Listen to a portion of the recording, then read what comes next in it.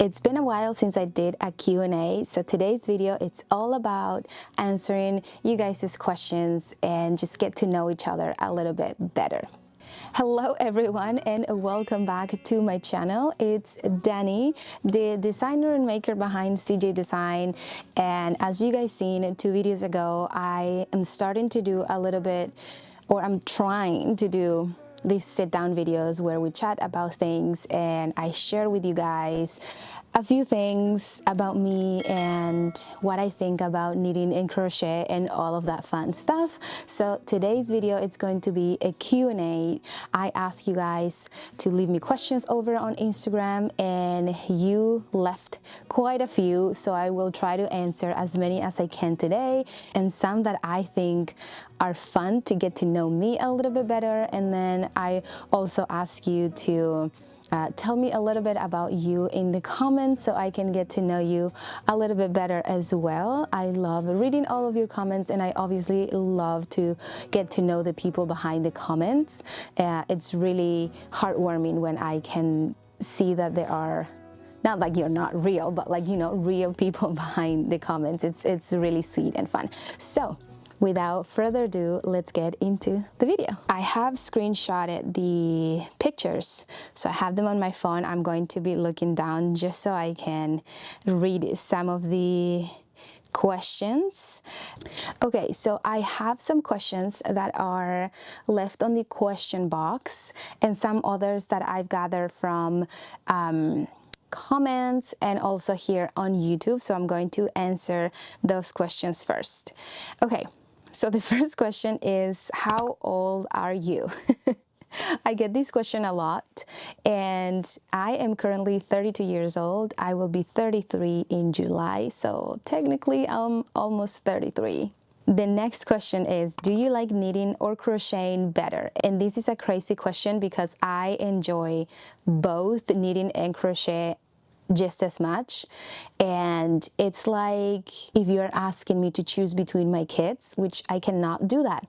But let's say that I need to answer to these questions. If tomorrow I can only choose one, and again, I'd rather have both. I love both, but because my business is knitting and crochet, and if I have to choose between one of those just because my life depends on it, I would probably choose crochet just because that is related to my business. And if I need to continue working and doing my business and I can only choose one, again, because my life depends on it, I would go with crochet. Just because my audience likes crochet a little bit better than knitting. I can make projects faster in crochet than knitting, but I enjoy both as equal. So like, thank goodness I don't have to choose because I love both of them. And I also love sewing, but that's just a hobby right now, or hopefully it'll just continue being a hobby. But yeah, I can't choose between both of them. What will you do differently in your new craft space versus your old space? That's a really good question. I feel like I would like to keep both spaces pretty similar. I will insert a couple of pictures in here of how my old craft room or office used to look like. If you haven't seen the past of all of those videos, I renovated that basement to be, I mean, I didn't renovate it, I just did all the walls and the desk and the shelving all myself, and I created that very dreamy space for my work, and I was so proud of it. I took everything down with me, and I'm hoping that in the new space I can recreate the same thing because I was really happy with how it looked like. It was very easy for me to work with. I was able to move from one desk to the other very easily, and I really enjoyed the workflow that I had with that space. The only thing I would do differently, I think, is adding a desk or a space designated for sewing. That's the only thing that I would like to add in this new space. having one wall or one desk designated to filming and recording tutorials, and how I used to have it in the old space, also a desk dedicated for my computer and doing computer work, and then hopefully another little space where I can just focus on sewing. And you know, I like doing that, so I can have that as well. I would really like to add that to the space, but if I cannot have that, if the space is too small, I would of course choose to have this space where I can record my tutorials and do all of that, and then just bring my sewing machine whenever I need to, like I did in the old space. But yeah, that's, I think, the only thing I would do differently. Hopefully I can also have a closet of some sort, so I can have all the materials and all the little things that I use here and there, just so I can organize them better. But I was pretty happy with the space that I had. Okay, the next questions we have is, what do you miss most about Chile? And I feel like, of course, my family, number one, the people, everything, the culture, also the land.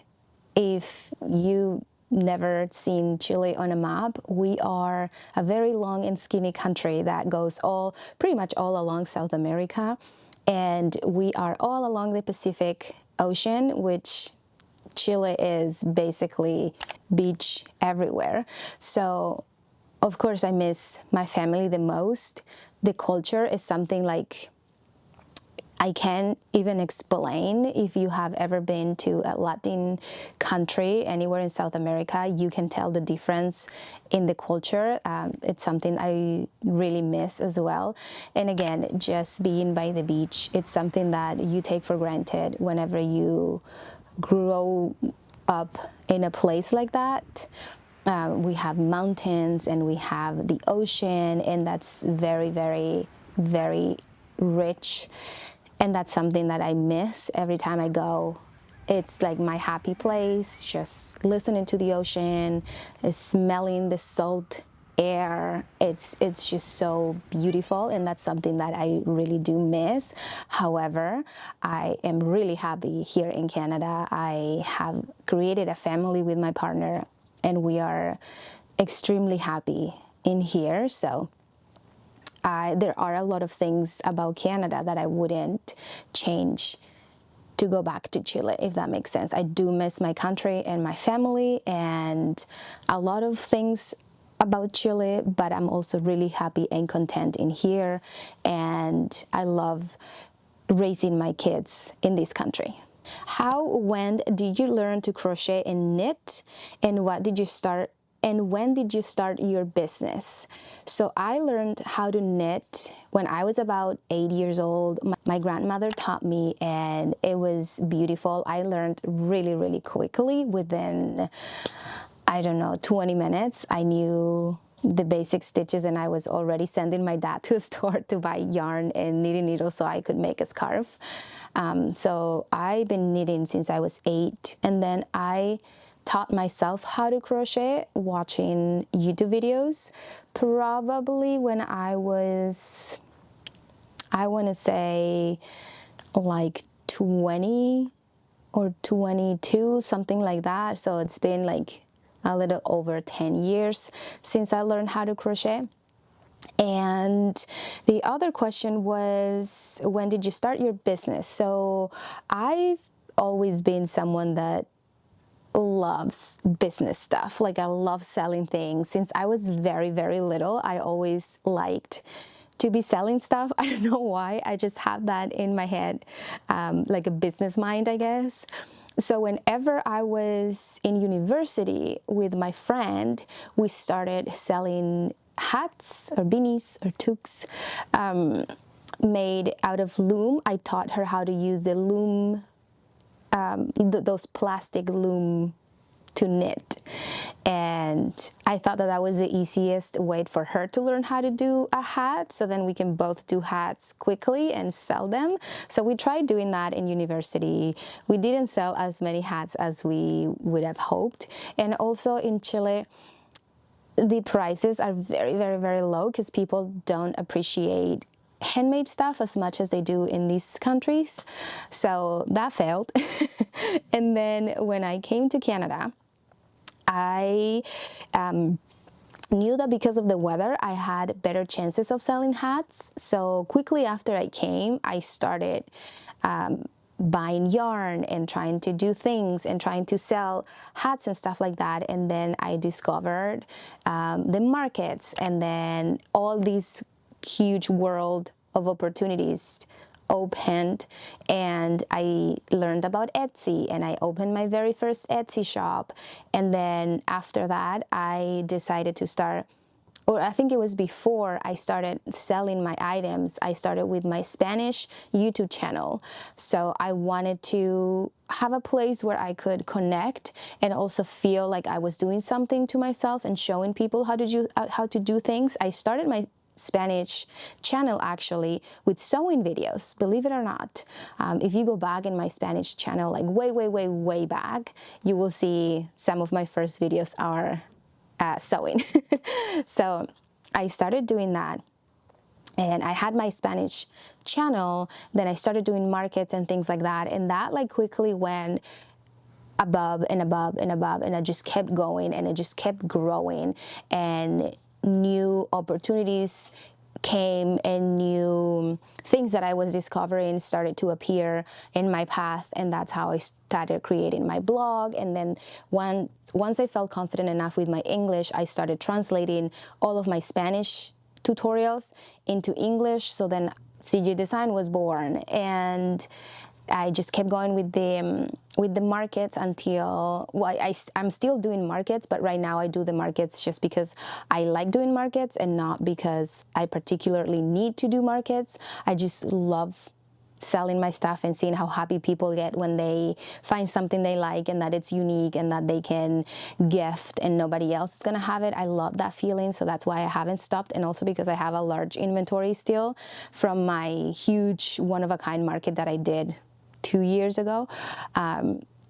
So yeah, and then I learned about my blog, and I learned about, you know, all the things you can do online and patterns, and I learned how to write patterns, and I basically taught myself how to do all of these things.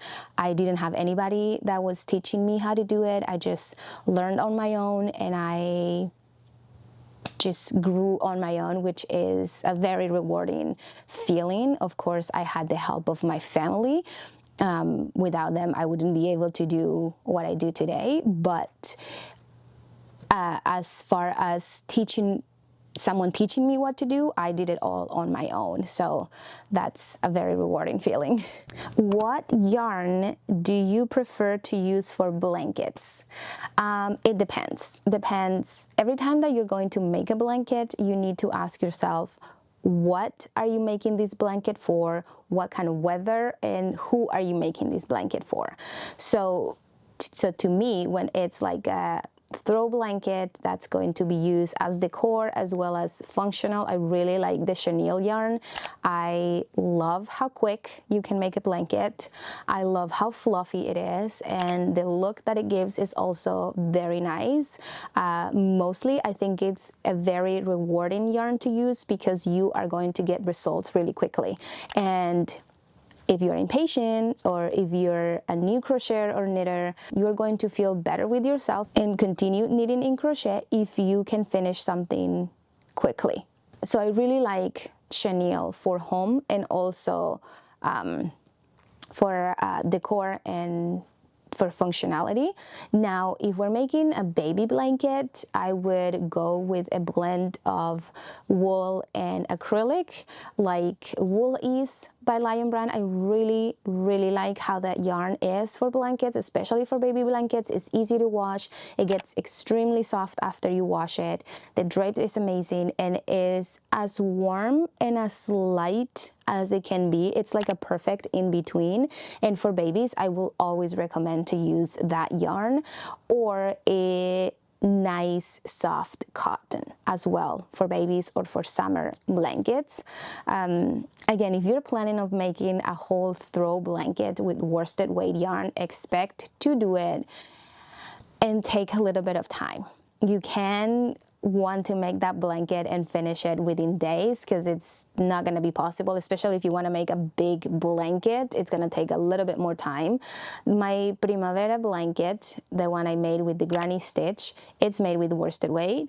It took me a little bit of time to make it. It's a whole big size blanket, but because I was using double crochet, it went faster than if I was using, let's say, a linen stitch, which is a very, very short stitch. So it depends on the stitch as well that you're using, is like how long it's gonna take. But if you want a quick project, a quick blanket, go with chenille. Like, you can't go wrong with that yarn. But yeah, hope that answers that question. Basics on knitting needle sizes, length, and what is best for socks, sweaters, and kid sizing. That's a lot of information. I think we have a whole podcast episode with my friend Nat. If you guys didn't know, we had a podcast back in the day. We're hoping that we can come back with that. She just had a baby, so it's kind of hard to like plan those things right now. But I always recommend to start, if you can, with an interchangeable knitting needle set, because you will have a really good range of knitting needles, and also a few cords that you can change, and then you don't need to be buying different sizes and different cords and the same size in different cord length. Like, that's going to be a lot of money in the long run. So if you can invest right away into an interchangeable knitting needle set, that's your best shot at being able to do whatever you want with knitting needles. Now, with crochet hooks, it's different because you don't need different cord lengths or anything like that. So if you want to buy one crochet at a time, that's okay. You can do that and build your stash or build your collection of hooks slowly over time as you need it. But of course, if you can invest in a crochet hook set right away, it's also better, because you're going to spend less money if you buy the set than if you buy them individually. So that is for the knitting needle and crochet hook sizes. Now, the brands that I recommend, I really love Clover. I think the Clover Amour are my all-time favorite crochet hooks. Like, I love how easy they are to use. The handle is really soft, and I always tend to use those. I do own different other brands and different other crochet hooks that I use for different projects and that I really like. But if I have to recommend you a set or a crochet hook as a beginner, I would say the Clover Amour are the best shot. And for the knitting needles, I also recommend the Clover Takumi set. I think that's how you say it. It's the bamboo ones, and those are perfect for beginners because bamboo won't slip as much as a metal knitting needle will, and you won't be dropping stitches as much as if you were using metal. If you want to use metals eventually, go ahead and do it. I would just recommend you start with the bamboo first, and that set, it's incredible. I use it to this day, so I really like that one. Now, for sizing and all of that, that will just depend of the pattern you're making. So every pattern will tell you what knitting needle size or what crochet hook size to use. Go with that and know whichever you think it's needed, because they created the pattern for the reason, and they created the pattern and the size it's going to work with that specific knitting needle size or crochet hook size. Always do your swatch, especially if you're making a garment, because you don't want to not do your swatch and then have a sweater that won't fit. That's not going to be fun. So every garment that you want to make, or even socks. I think socks is also considered a garment, right? Even socks, make sure you are reading the instructions, the whole pattern before you begin, and all the materials that they're asking you before you start, and do your swatch. Like, that's just, you can get away with doing your swatch if you're making a blanket or a home decor item or something that doesn't necessarily require a specific size. But if you're making a garment, you cannot, and I can't stress this enough, you cannot miss your gauge swatch. You have to do it. Okay, here we have another question. How do I carry yarn without changing it every row, like in your cloud blanket? So, carrying yarn is a really good way to not have to change the yarn every row or every couple of rows, but there are a few things that you need to keep in mind in order to do that. Number one is making sure that you are changing the color always on the same side. If your pattern is changing the color on every row or every different row, if you end with the yarn here and you have to change it here, you won't be able to carry the yarn. You have to change the color always on the same side. That's the number one. Number two is making sure that when you're carrying your yarn, you don't pull it too tight. If not, you're going to have like a curved on the side of your blanket or your project, and that's not nice. Also, another point is to know that when you're carrying yarn, you have to make a border that will allow you to hide that the yarn that you're carrying. If not, you're gonna be able to see it, and that's not very nice. So, do I like carrying yarn? Yes and no. I don't do it as often. I'd rather cut the yarn and either within the ends or do the magic knot, which I've heard people saying, I don't like the magic knot, it comes undone and blah, blah, blah. I have never had that problem. I do the magic knot so tight that I've washed my blankets, my kids have played with the blankets, and I have not had one time those knots coming undone. So it all depends of how you do it and how tight you do it. But again, you need to keep those things in mind. Carrying the yarn is not going to work for every project. And yeah, so I don't know what even was the question. How do I carry the yarn without changing it every row? Again, those are the points. I don't know if I explained myself or if I even answered the question correctly, but yeah. Next questions. What are the best selling crochet products? Whenever I go to markets, my best sellers, well, these are the things that I always bring. I have scarves, neck warmers, hats, headbands, and sometimes some amigurumis. And I have little items like cozy cups, and I think that's it for the little crochet stuff. So to me, because I usually only sell in the winter time, I don't sell in spring, I find that the best sellers are always headbands. Headbands are really quick to make. They are usually cheaper than hats, or as they should be cheaper than hats. They're easy to gift, and people tend to buy more of those. So I always, whenever I go to a market, I bring a lot of headbands. They usually go really quickly. Again, they're nice, they're easy to gift, and they are cheaper. So those usually go.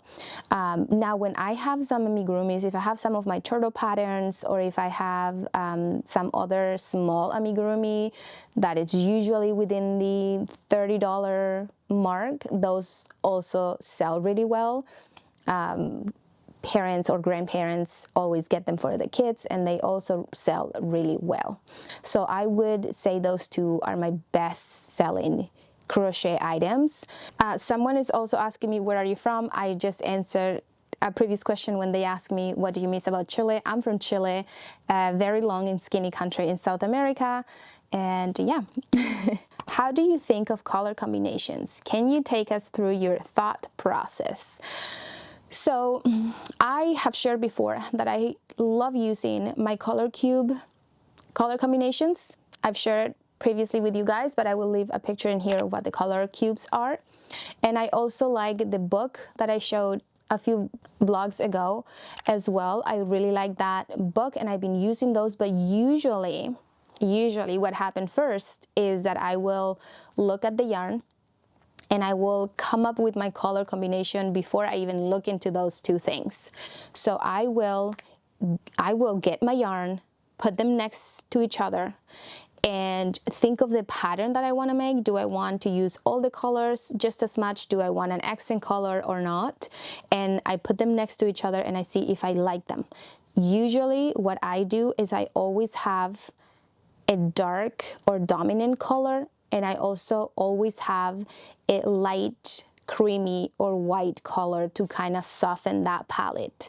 I find that I do that a lot, all the time, and then it just happens that I put my colors together and see if they look good together, if I like them. I also regularly use a lot of mustard, which I really like. So then I pick my main colors and then I throw in a couple of more colors to see if they look good together or not.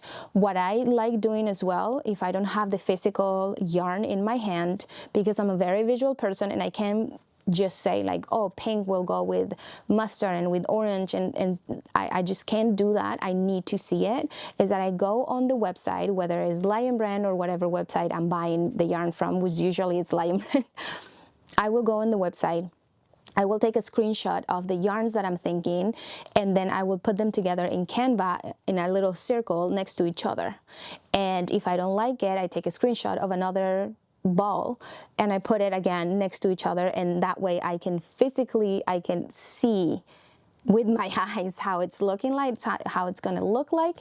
And if I like it, I purchase a yarn, and if I don't, I change things up and I do that. Like that to me, I just need to physically see how it's looking like. And then if none of the ideas that I have work in my head, then I go with my books or with my color cubes, and I try to find something that matches. And if I can find the same color yarn as I find it in the book or in the color cubes, that will just give me an idea, and I can just try to play with that. But usually it comes first in my head, and then I visualize it. And if that doesn't work, I go with the other ones. Another question, that if you had to choose only one hobby or craft, which would it be? I answer that, and again, I just can't choose one. I can't. Another question that I got in Spanish, but I'm going to answer in English, is in what platform do you monetize more? Thank you. In what platform? My blog.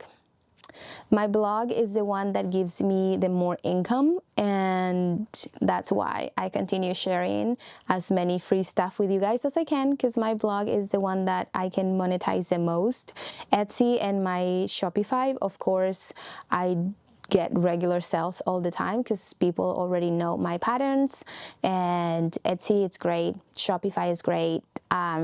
They have their differences, and if you are interested in learning more about knitting and crochet, Etsy and Shopify, and where to sell your patterns, or Ravelry, you can leave me in the comments below, and maybe we can do a video diving deep into selling patterns on Etsy versus Shopify versus Ravelry. I would love to talk about that. So if that's something that interests you, leave it in the comment below, and I'll be sure to put it in my little calendar so we can chat about that, because that's very interesting.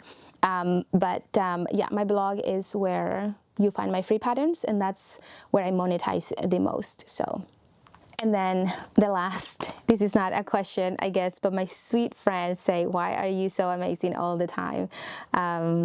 Natalie, I love you, friend. She's the best.